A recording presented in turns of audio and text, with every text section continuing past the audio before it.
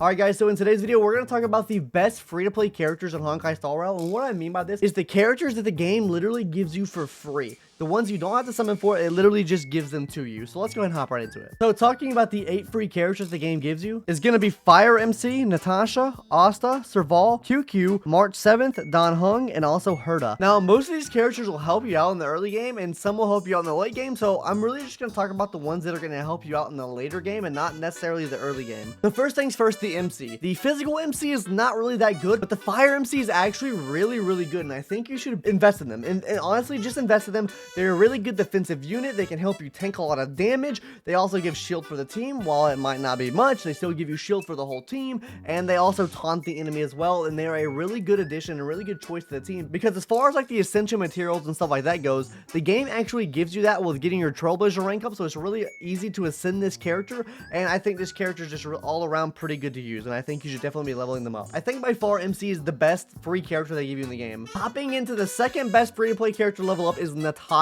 Now, Natasha is really strong, and I actually think she can be better than Bailu in certain circumstances, especially when more content for this game releases. But we're going to get into that into a separate video for Natasha and a build guide for her I'm going to do, so stick around and subscribe for that if you haven't already. But the reason why Natasha is so good is because she does absolutely massive healing for your team, and she does this little thing right here in her traces. She removes 1 debuff, and this is a really key thing in the game, especially when you go against the Kafka boss fight in World 5.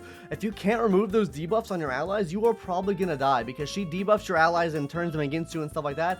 They will probably die if you do not use her skill to actually remove those debuffs. And Bailu has nothing of this in her kit at all, so this does not make her viable for more later game content. Maybe early game content, Bailu is really strong because she can revive your character and do pretty good healing as well. Because in the end, if they add a debuff in the game that can kill your character in 1 rotation, then Bailu ain't gonna do shit for you. Anyways, guys, let's go and hop into the next character now, which I think you should be leveling up. And that is going to be Hasta. And the really cool thing about Hasta is her ultimate, her talent, and also just her skill attack as well. So her ultimate is going to be increasing the speed of all of your allies by 40 for 2 turns, as of right now at level 50. And how her talent works is she'll be giving an attack buff to your whole team up to 5 stacks, depending on how many enemies there are and depending on what weaknesses they have. If there are 5 enemies on the field and you hit all 5 enemies, then you're going to be getting 5 stacks of this buff. Also, if they have a weakness to fire, you'll be getting an extra stack of this buff. So right now, I'm getting 9% per stack. So that means as of right now, for a max stack of attack, I'm getting a 45% attack buff at max stats, which is honestly really good.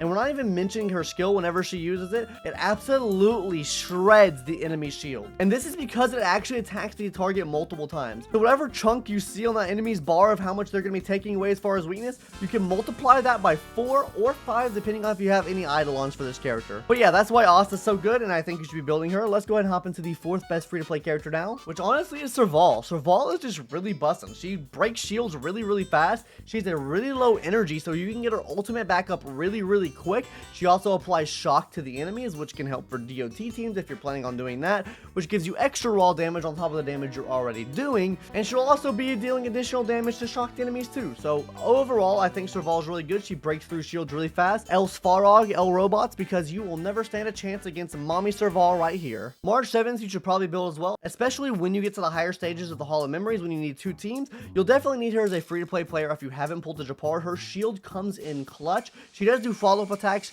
though the follow-up attacks really aren't that strong, but if they do have a ice weakness, it can help out a lot in that way. Her ultimate also does pretty decent damage as well, and she has a chance to freeze the enemies on top of that. So overall, I think March 7th is a pretty good option to level up, especially if you don't have Japar, which is the 5-star tank. If you didn't get that from your pulls, then use March 7th. She'll help you out a lot. And the final character I can really recommend leveling up as a free-to-play player is Dan Hung. He's a very strong hunt character, especially for World 5 of Simulated Universes. With Kafka being the final boss, you're definitely going to need this wind damage to actually beat her or break her shields anyways, so he's a really good choice for that. I will say everyone in the category other than him is definitely a better hunt character than him, like Chushong, Yongqing I think his name is, and also Seele. So if you have any of these characters, it's probably better to level those up instead of him, but he is still a really good single target DPS. And his talent is one of the things that makes him really good. When he's targeted by an ally's ability, either you're putting a shield on him, buffing him, or whatever the case may be, he'll be ignoring 21% of the target's wind resistance. meaning he just bypasses 21% of their resistance, which is really strong, especially for enemies that are resistant to his wind effect here. He's actually really good with March 7th because March 7th can potentially freeze the enemies, and when you freeze an enemy,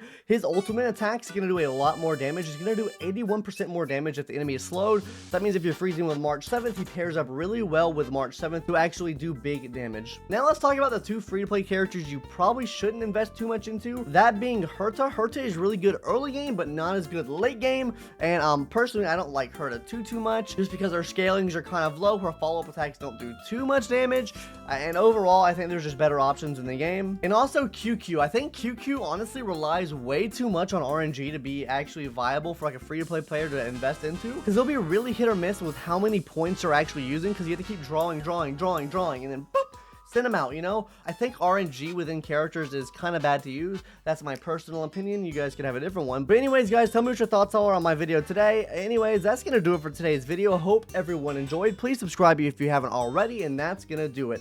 Hope to see you in the next one later. Bye-bye.